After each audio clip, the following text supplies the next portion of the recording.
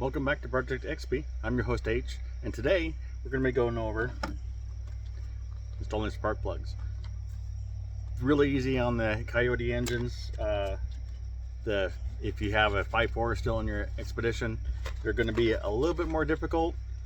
You have the earlier years that had the two-piece spark plugs that tend to break. You had to have that special kit to fish broken pieces out of there.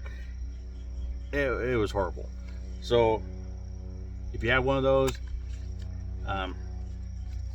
there's a few extra steps you're gonna have to take, but other than how to get the spark plugs out of your 5.4, it's all basically the same. You're gonna have to get a gapping tool so you can gap the end of the spark plug. And there's a lot of debate on, a lot of people say don't touch it, just whatever it is in the box, run it. I disagree with that because I worked in the auto parts industry for years, and yeah, they're in a box. They have this little cardboard tube that is supposed to protect the electrode, but as you can see, it's pretty close. I have seen them where even from the factory the gap is not the same, so it's a good idea to check it. You do have to be careful. Now there are the iridium plugs. You got to be real careful because you don't want to mess up the iridium on the end. There is this piece right here, a little round. You can see that little bevel in there. That's actually so you can get the spark plug electrode in there, and that way you can gently pry it up to adjust the gap.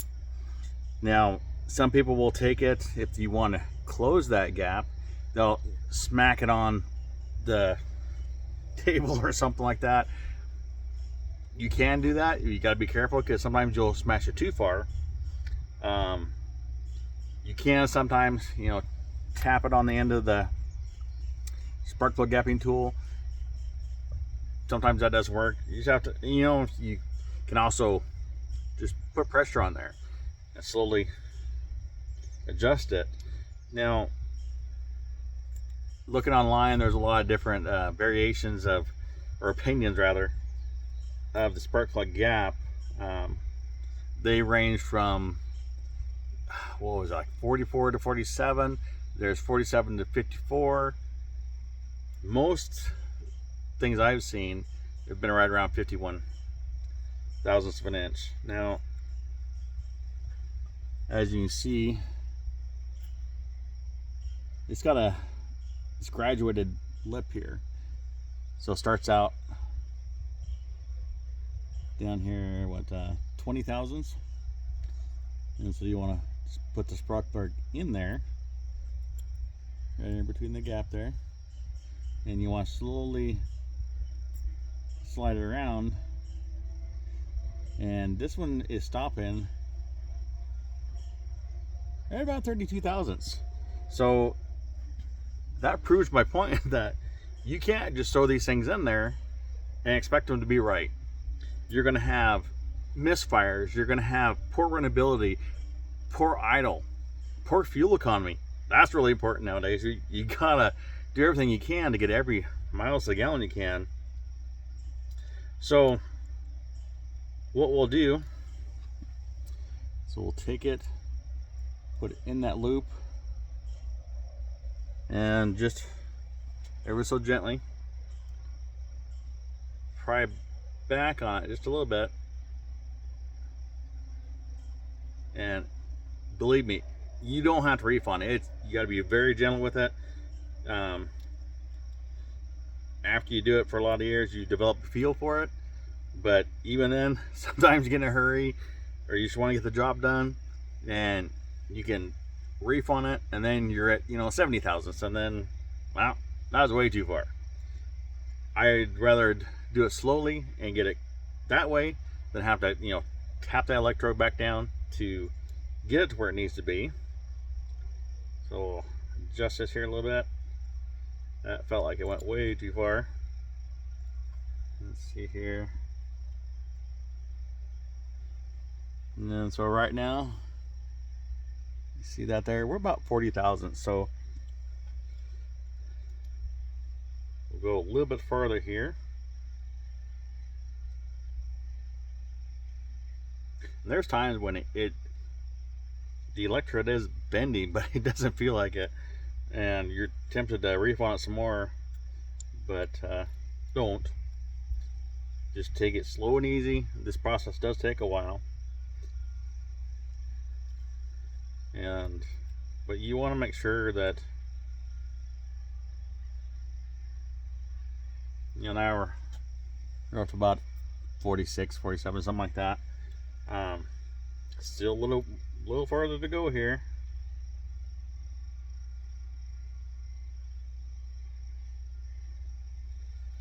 All right, let's see what we got here now. See ya.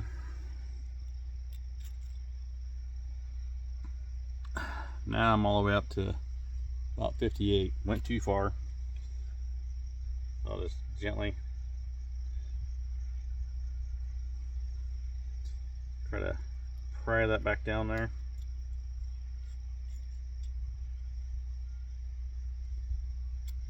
A little bit farther here.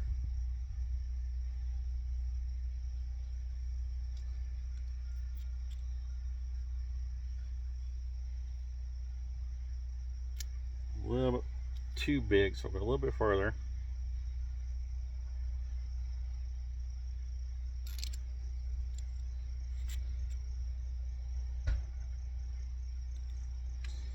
And just gently work it back and forth. Just a little bit at a time.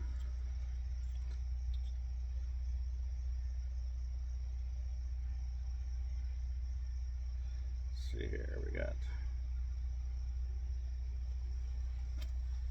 So if you look right in the center left over, about 51.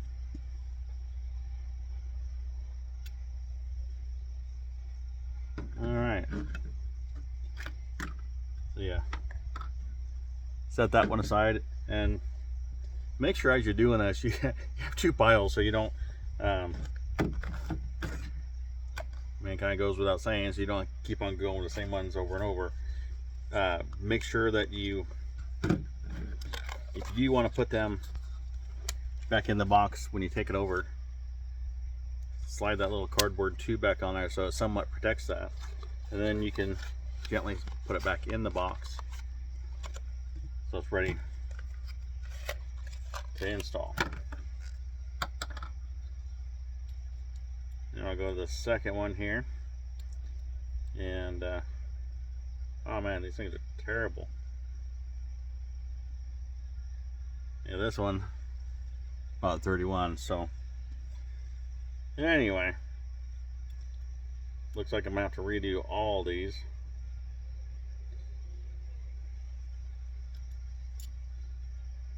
Those are not gonna work where they're at.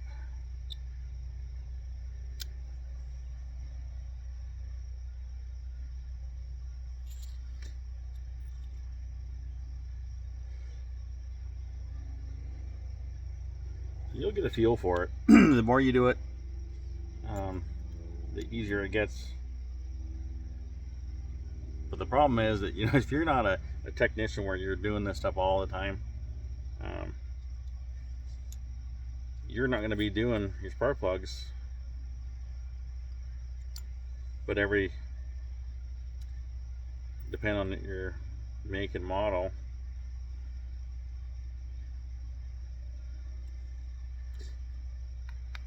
probably not maybe every 70,000. A lot of these are supposed to run every 100,000, but I have seen rigs that you go the recommended interval at 100,000 and yeah, it's still not there. So real quick, I'm not going to go through gap in every single one. Just, you don't need to see that. You got the understanding of that. So let's move over here to the rig, and then we'll show you how to get the coils out and how to replace the plugs. Hold on. Okay, here we are back at the vehicle. Now, it's kind of hard to see down in there. And I don't know why it always seems like your driver's side is always the hardest. Probably because you've got your power steering box, you've got a lot of other pieces on here.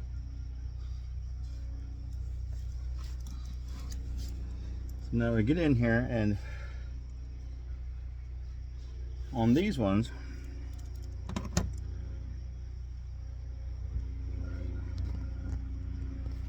get you over here.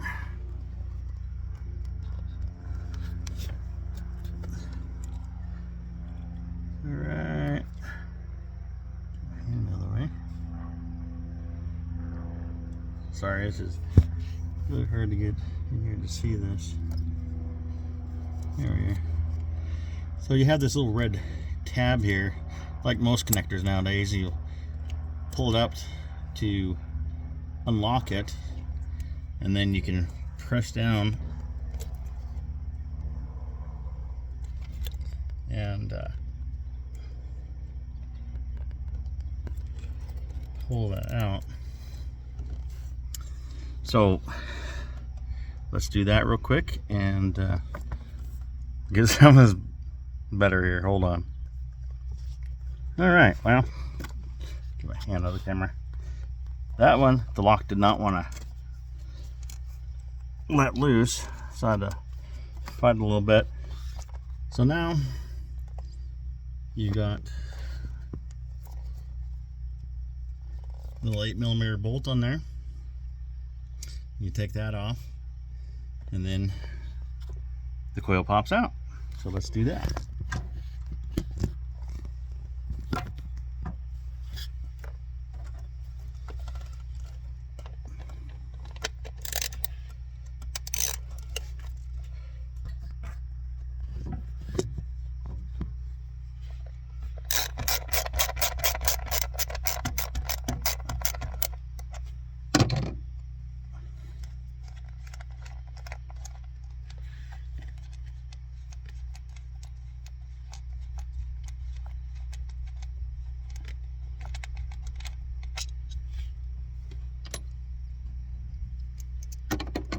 And you want to be very careful with that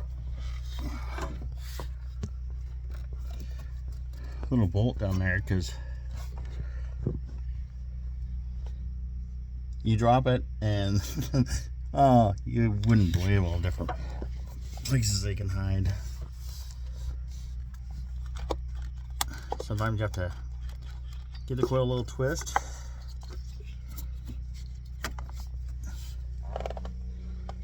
And there you go, it's out. Now you always want to make sure that you check the boot. This one doesn't look bad, looks in pretty good condition. It is a good idea to replace the boots if they become hard and have cracks in them, or if you see, like up the shaft here, if you see like little black streaks or cracks, it's carbon tracking, and that means that it is letting electricity pass through, and it's actually shorting out to the block. That can cause misfires and runnability issues, so you definitely want to look out for that. Now we'll set the coil aside.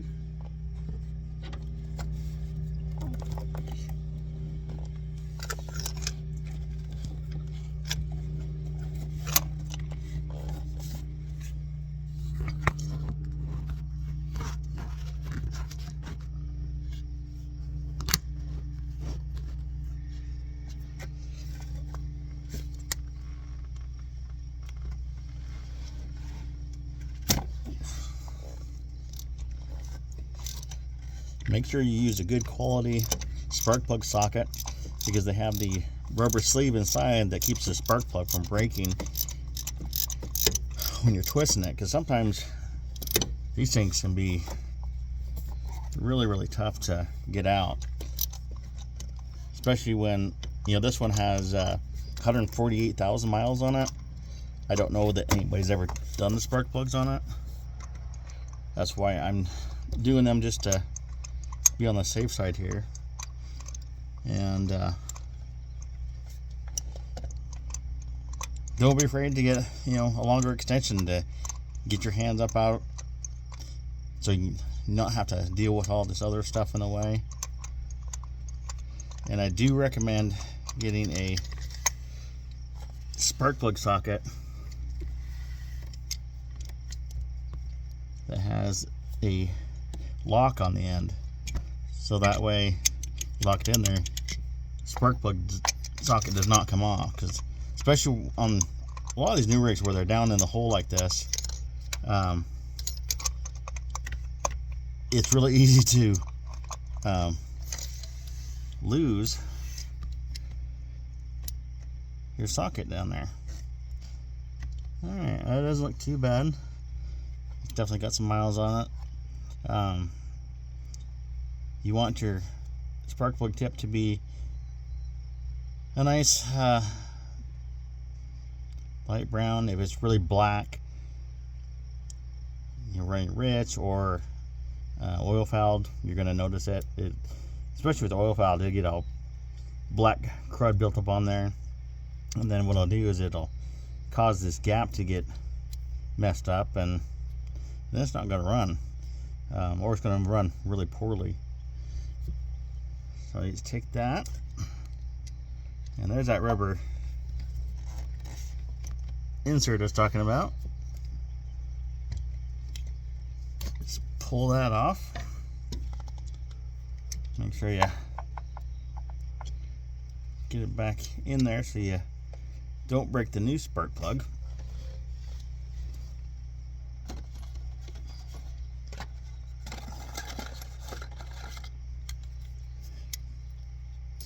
Now, before we go any further, there's two things you got to do. You want to make sure that you put a little bit of antiseize on the threads here, especially a lot of these newer vehicles. They have your spark plugs are steel, but your heads are aluminum, and the two dissimilar metals, they heat and expand at different rates, and sometimes you'll get steel that will seize into aluminum. And if you've ever had to pull something out that was steel inside of aluminum, or vice versa, it's not easy. It sucks. So get my now it's real easy. Normally I have tubes, but I was ill prepared. But the auto parts stores, they always have these little packets that you can get. They used to be $1 or something like that. Not too bad. And you just want to get some out of here.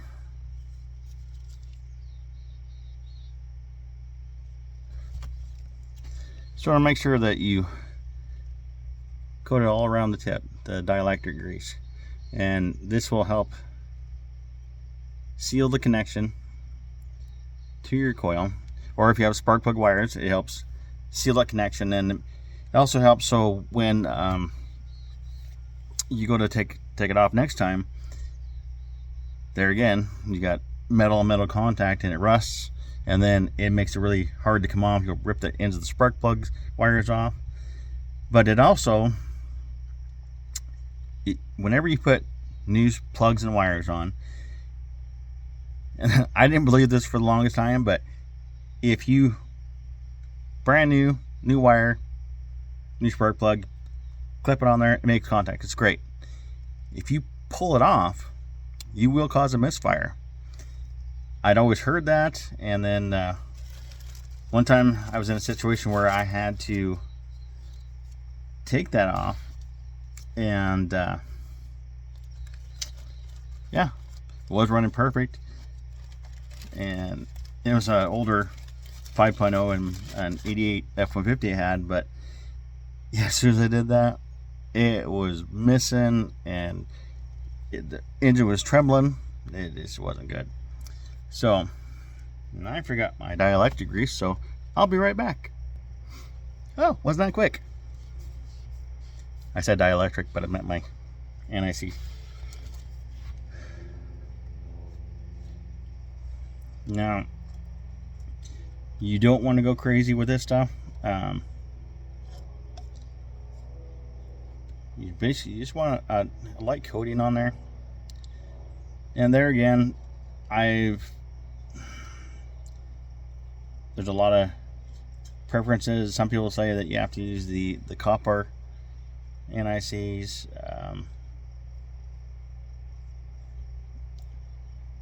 I've always just used the regular Permatex antiseize lubricant. It's always been really good. You can use it for bolts. You can use it for your disc brake slides, all sorts of stuff. There are a lot of different products out there that people use, so it's kind of, everybody's got their own opinions. Okay, so we've got the dielectric grease on there, antiseize on the bottom. Make sure the rubber sleeve is in there. Oh, it's in there. What the heck? There we go. Now you see I just have a light coating on there. When you put it in there, the threads will move the antiseize around, and it'll coat all over. So you don't want to put globs of it where it's like dripping off there. That's way too much. And yeah, I just dropped the spark plug, so hold on. And I'm back. That was quick, huh? Okay, so I guess the Lord wanted me to give you an example of what happens when you drop the spark plug. So now, like I said earlier, you want to double check that gap to make sure that it didn't get messed up, and wouldn't you know it, it did. So I'm going to re-gap it.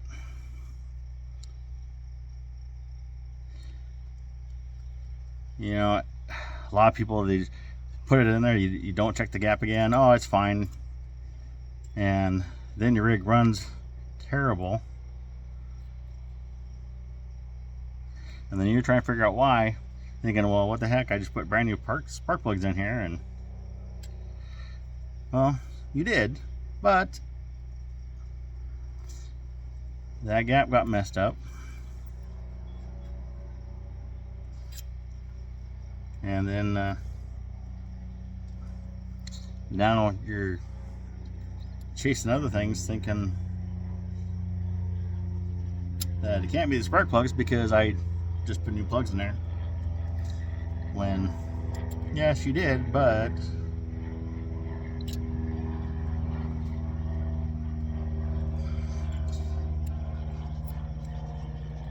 alright, let's see here.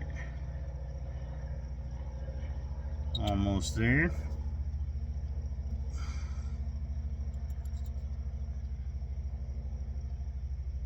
Alright, now we're back to 51. Sorry, camera didn't. Okay, so now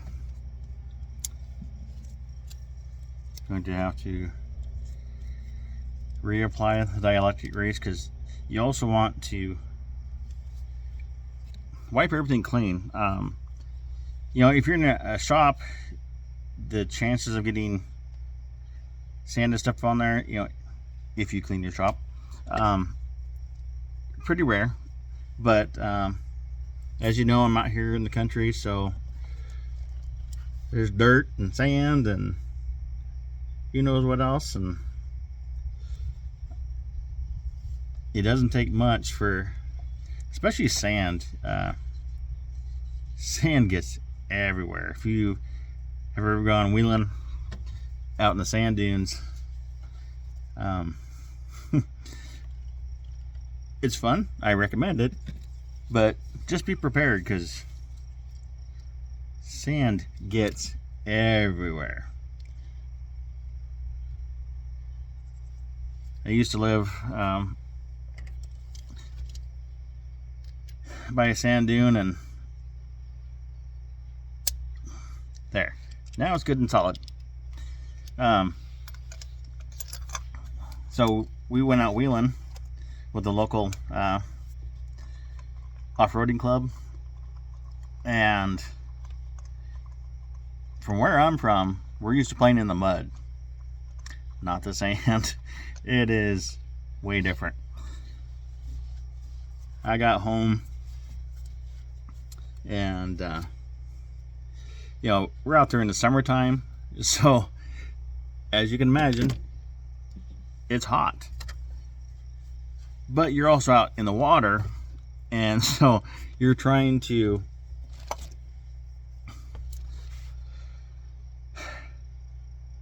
keep your windows down so you can keep cool, but then at the same time you're trying to not let all the water inside, so you roll your windows up, and I scratched my windows horribly.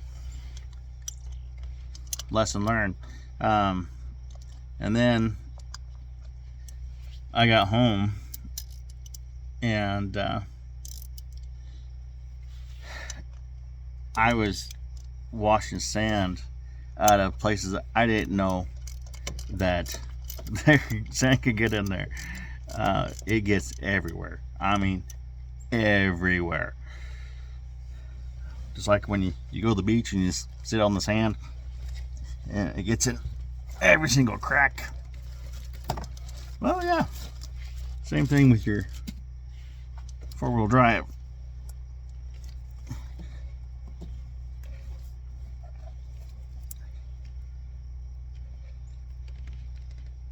All right, make that good and snug. There's a lot of manufacturers that recommend to actually torque the plug. Probably wouldn't be a bad idea, because that way you can make sure that you get it evenly tightened in there, and that's pretty much it. So now you'll take your coil. Not sure what we got going on there with that boot. It's also a good time to inspect the pins, the connection, make sure there's no cracks in the housing. Now, one thing that I forgot to mention, with all these rigs that have the spark plugs down in the hole like that, you've got to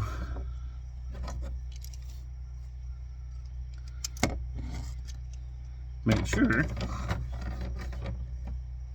because remember, uh-oh, it's gone.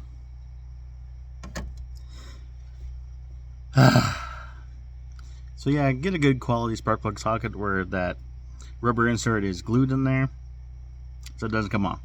So now I'm going to have to go find some long reach needle nose pliers or something to fish that out of the hole, because yeah. Well, that'll do it for today. I'm not going to go through the boring part of it where I do all the 8 plugs and make you watch, because you don't got time for that. But let's do a little recap here. So always gap your plugs. There's a wealth of information out there for you. Owner's manuals are usually the best place. Sometimes you can call the dealership. The auto parts stores, they usually have the correct gap. Not always, I found out. Make sure you use a little bit of antiseize on the threads.